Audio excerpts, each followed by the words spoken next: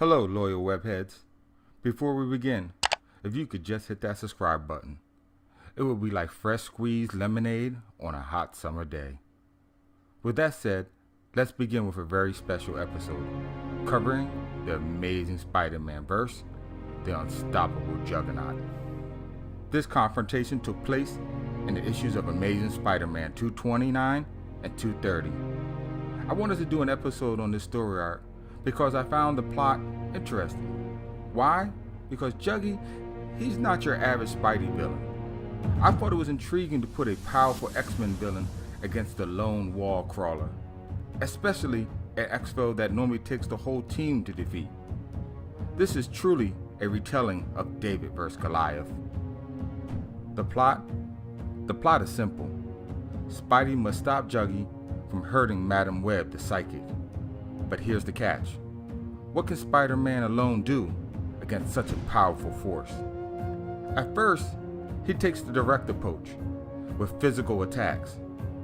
Finding them useless, he uses indirect means, but they fail too.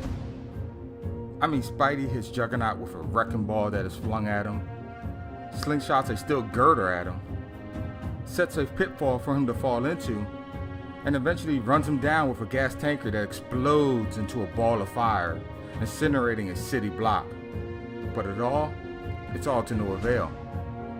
At this point, I thought to myself, okay, if you can't stop the Juggernaut, then just move Madam Web from beyond his reach. But then I learned something new about her also, making the solution void in itself. I don't like ruining stories, so I won't tell you how he halts the unstoppable force.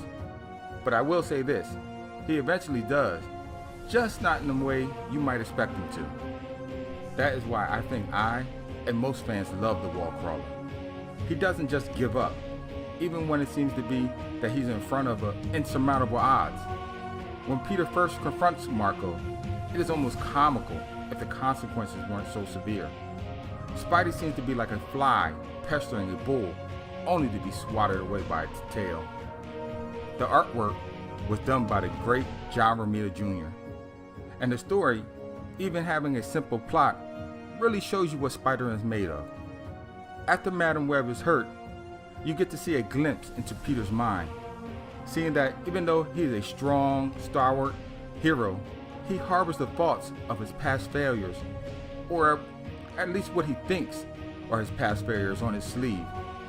With the death of Uncle Ben, Gwen, and Captain Stacy always looming behind him in the subconscious.